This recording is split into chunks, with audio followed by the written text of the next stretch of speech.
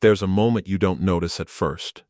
You're present, talking, moving, but it feels like someone else is running the show. You hear your own words, but they feel detached. You smile when expected, laugh on cue, respond politely.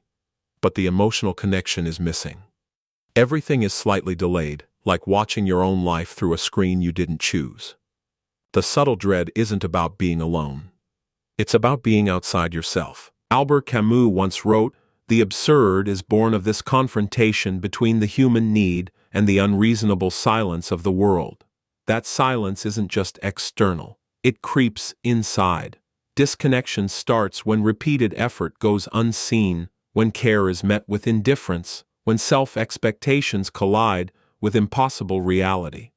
Maybe you spoke, and no one really heard. Maybe you gave, and no one truly noticed. Maybe you judged yourself too harshly.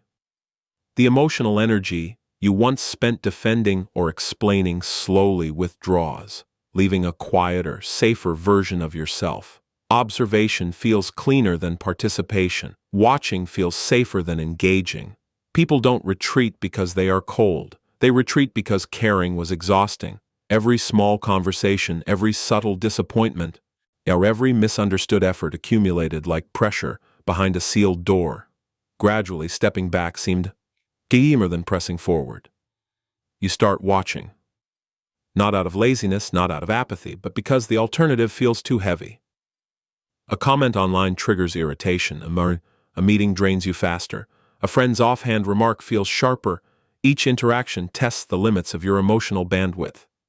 And eventually, you stop reaching, not because you don't want connection, but because every attempt feels like evidence against you. For a while, disconnection feels like intelligence. You see patterns faster, anticipate outcomes before they happen, notice behaviors others miss. You are sharper, calmer, and more self-contained. But clarity without friction is fragile. You begin to notice the cost. Colleagues stop inviting input. Friends stop leaning in. Subtle opportunities for influence or bonding vanish. The observer mindset shields you, but it also distances you from the things that give life texture. The world begins to feel like a pane of glass, visible, detailed, and completely untouchable. Scrolling through social media, watching conversations unfold at work, seeing laughter in the cafeteria, everything is there, but you feel apart. Carl Jung said, "One does not become enlightened by imagining figures of light, but by making the darkness conscious." Disconnection isn't wisdom. It's a defensive response, born of emotional fatigue, frustration, or over-expectation. It starts as survival, but if left unchecked, it quietly reshapes your presence in the world. And the hardest realization isn't why you pulled back. It's noticing how long you've been watching and how much life you've allowed to pass just outside reach. You start noticing small changes, almost imperceptible at first. Messages you once replied to quickly now linger unanswered. Invitations that used to arrive without thought become rare, and colleagues glance past your contributions as if they barely register. Initially, you tell yourself it doesn't matter. They're busy. I'm fine on my own. But a creeping awareness grows. Every skipped conversation, every polite but disengaged nod, every subtle shift in attention leaves a mark. People adjust. They compensate. They stop expecting the same energy from you. And slowly, you realize your presence in the social rhythm is no longer active. It has become optional. The paradox is disarming. The more measured and careful your emotional energy, the more clarity you feel, and the less central you appear to others. It's as if detachment sharpens perception but diminishes influence. You notice who leans in, who adapts, who overcompensates, but you also notice the cost. The dynamic you once helped maintain now flows without you. Every interaction becomes slightly more mechanical. The laughter, the debates, the camaraderie, visible, but missing the subtle connection you once added. Your absence is not dramatic. It's quiet, almost imperceptible. Yet it alters the course of conversations and relationships without anyone having to say a word. Even when you physically show up, the effect lingers. A colleague's suggestion might slide by unchallenged. A friend hesitates before inviting you into a plan. Your energy is read as limited, not indifferent. The subtle shift in others' behavior confirms a painful truth. Engagement is reciprocal. Your partial withdrawal changes the system around you. The patterns are obvious in retrospect, but felt in real time as a quite disorienting estrangement.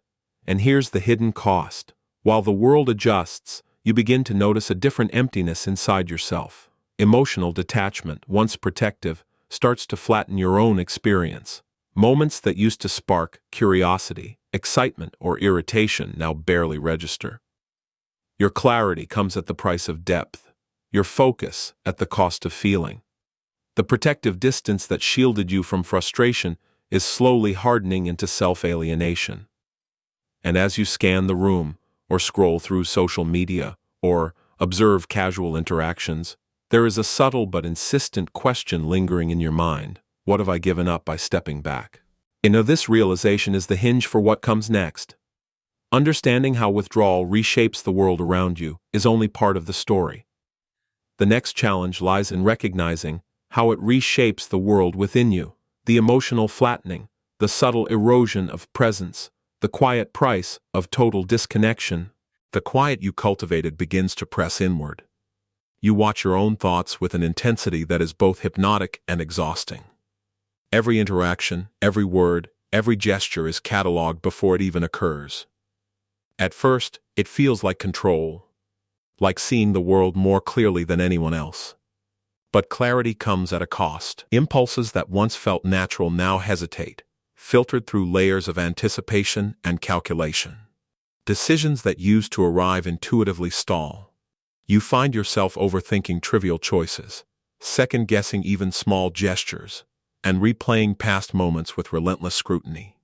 The vibrancy of instinct, the spontaneous laughter, the impulsive speech, the small risks that once colored life, slowly erodes. What was once fluid now feels constrained, measured, and strangely hollow.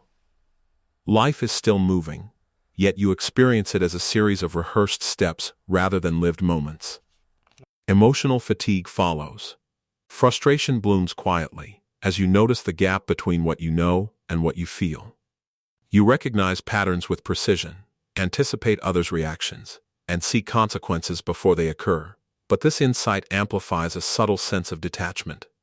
Moments that once brought joy, irritation, or excitement now feel muted.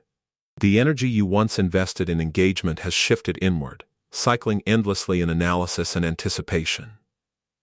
You are sharper, yet less alive. You are awake, yet removed. Even your emotional reactions arrive late, softened by the distance you created, leaving a strange emptiness that intelligence alone cannot fill. A paradox emerges. Awareness becomes both gift and trap. The mental clarity you prized now illuminates what you have lost: intuition, spontaneity, and the natural rhythm of emotional life. Actions that once required little thought now carry weight, because the internal cost of misalignment has grown. Subtle instincts, the quick judgment, the gut reaction, the playful impulse, fade, replaced by calculation. Every pause is a negotiation with yourself. Every choice a balancing act between overthinking and overcaution. Jung once said, "Until you make the unconscious conscious, it will direct your life, and you will call it fate." Here, the unconscious of your own life, the impulses, the instincts, the unguarded emotional currents, is gradually fading under the weight of your awareness. And as this internal cost grows, it begins to shape the way you move outward. The world may not notice the full depth of your change, but your behavior adapts subtly.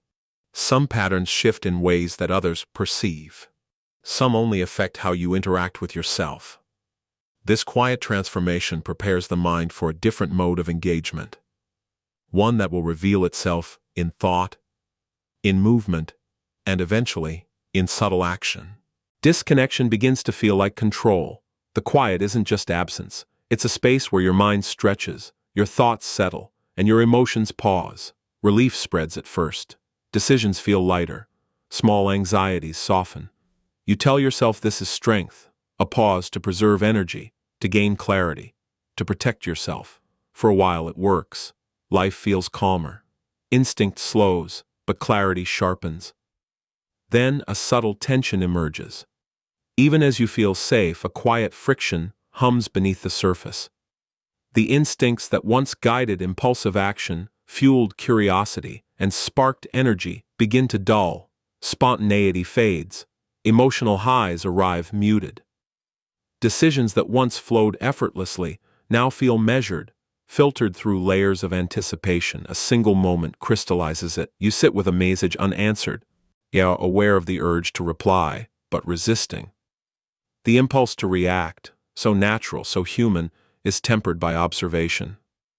You notice the surge of patience, the small hesitation, the internal debate. Relief is there, but so is a faint frustration. The mind is learning something important. Restraint shapes energy. Pauses cultivate insight, and control is measured in what you hold back. Every withheld impulse is a rehearsal for presence, a private calibration of timing, focus, and awareness. You sense the rhythm of your own mind, your limits, and the subtleties of your emotional energy. This is the paradox of disconnection. Safety and subtle vulnerability coexist. You feel capable of stepping back, yet you recognize that retreat dims intuition and flattens emotional resonance. The mind adapts, not for social observation this time, but for personal mastery. You begin to see how your internal rhythms operate, how restraint influences clarity, and how deliberate pauses can amplify awareness. The calm is seductive, but it teaches. Every moment of measured absence reveals the invisible patterns of your own life, and slowly, awareness stretches beyond withdrawal. You feel the seeds of subtle influence emerging, not in what you withhold from others, but in what your own restraint allows you to notice, feel, and conserve. You are practicing mastery quietly, rehearsing presence internally, before acting externally. The comfort of disconnection is fleeting, but its lessons endure. In that quiet space, the mind is preparing to move with purpose. Every pause, every withheld reaction, is a small act of alignment, a calibration of energy and focus. Preparing you for the moment when deliberate action carries weight, and as this internal mastery strengthens, the stage is set for subtle influence that is felt more than seen, measured more than announced, and consequential in ways the world has yet to register. Energy shifts before a word is spoken. You sit in a meeting, letting the conversation unfold around you, resisting the urge to interject. A colleague over-explains, pauses, and recalibrates mid-sentence, unsure of your reaction. Another offers an opinion that exposes a hidden assumption, seeking confirmation you never provide. In that silence, you notice patterns others are blind to. Every moment they attempt to draw a response from you becomes data. Every gesture they overcommit to becomes insight. Patience is currency. Withholding a reaction is not avoidance, it is leverage. The room begins to respond to the space you occupy without forcing your presence. Influence emerges quietly, measured in attention you preserve and energy you allow others to expend. Each delayed acknowledgement, each deliberate pause, changes the rhythm of engagement. If what seems like inaction is actually a force moving beneath the surface, shaping perception and expectation without a word. The thrill is subtle, but undeniable. Others burn energy chasing responses that never arrive, revealing priorities, insecurities, and patterns. Meanwhile, your calm becomes its own presence.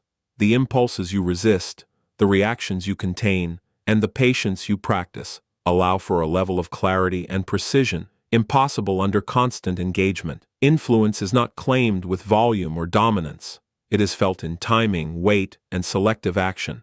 A single measured nod, a quiet acknowledgement, a deliberate pause can shift the dynamics of a room more than a flurry of words ever could. The mastery of restraint teaches that true power often lies not in what you give, but in what you withhold. Into observation and patience together form a strategic lattice. Subtle, strong, and consequential. The energy you conserve, the reactions you deny, the moments you allow to unfold without interference. They all compound into a quiet authority that is noticed even if unspoken. And in this economy of attention and restraint, you realize that your presence matters most, not when it dominates, but when it is calculated, deliberate, and patient, shaping outcomes in ways the world registers only when it's too late to correct course. The stillness you cultivated becomes a stage for precision. The room is alive with chatter, movement, and subtle tension. But you no longer merely watch, you choose your moments carefully. A pause before speaking, a deliberate nod, a measured word at the right time. These small, intentional actions carry weight far beyond the gestures themselves. Others are revealing themselves with every misstep, every unguarded expression. But now you are not just collecting data. You are guiding the flow of interaction with minimal effort, allowing insight to transform into subtle authority. Silence is no longer passive. It is a tool. Patience is no longer just preservation. It is leverage. Observation is no longer merely awareness. It is calibrated influence. In one meeting, a colleague begins to assert a point aggressively, expecting a reaction. You do not react immediately. Instead, you let the room settle, letting their words hang unchallenged. They stumble, hesitate, over-explain, and reveal assumptions they thought were hidden.